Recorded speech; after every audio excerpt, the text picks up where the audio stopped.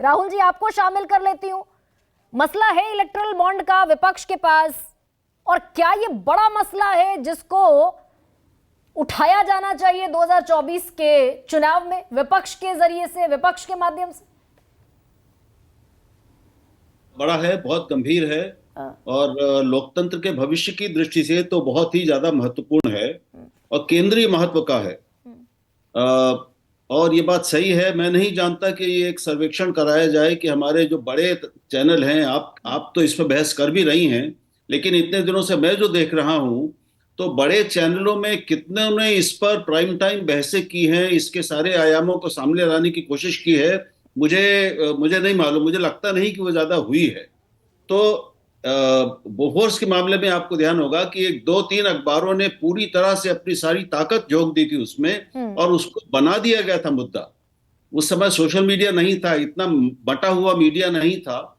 आज मीडिया का बटा होना भी और कुछ अपवादों को, कुछ बहुत आप जैसे अपवादों को छोड़कर बाकी सब जब चाटुकारिता में लगा है मीडिया, टीवी, तो पहली बात यह कि आम लोगों तक ये मामला उस तरह से पहुंच नहीं रहा है।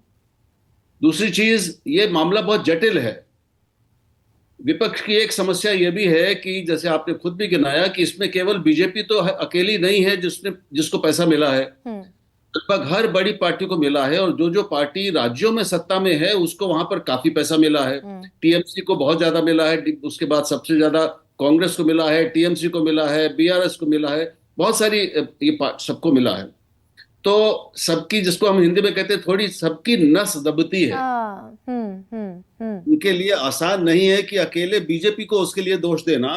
ये ठीक है कि बीजेपी को असाधारण रूप से ज्यादा मिला है और दूसरी चीजें अभी उसमें कुछ जानकारी आनी बाकी है। जब वो आएगी और ये विपक्ष के नेता उस पर ये साबित करने में सिद्ध हो जाएंगे कि सीधे सीधे वसूली की गई है, यानी ईडी और सीबीआई और इनकी रेड डालकर या तो धमकी देकर उसके बाद पैसा लिया गया है, और जब तक पैसा देने के बाद कंपनियों को फायदा हुआ, किसी ने पैसा दिया उसके बाद उसको बड़े ठेके मिले, ये जो सारे समीकरण हैं, ज्यादा तार हैं, जब तक जुड़ नहीं जाते तब तक उसकी आपराधिकता साबित करना आसान नहीं है। लेकिन जितनी जानकारी छनकर आई है अभी राहुल जी, वो जानकारी भी कम जानकारी तो है नहीं।